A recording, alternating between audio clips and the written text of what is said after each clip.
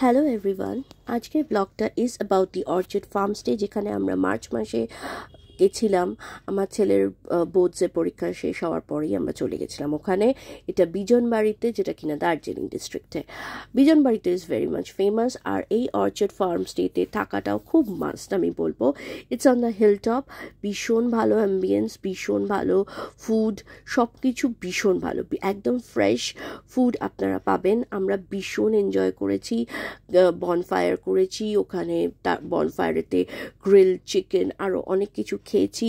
ওখানে যে হোস্ট যিনি সাধনাজি, উনি নিজে হাতে সব রান্না করে আমাদেরকে খাওয়াতেন, সব লোকাল প্রডিউস দিয়ে এবং লোকাল ফুড।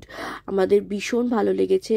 1500-এ প্যাকেজ ছিল পার পারসন পার ডে, আর আমাদের ব্রেকফাস্ট থেকে শুরু করে ডিনার অবধি সব ছিল included, along with the lodging.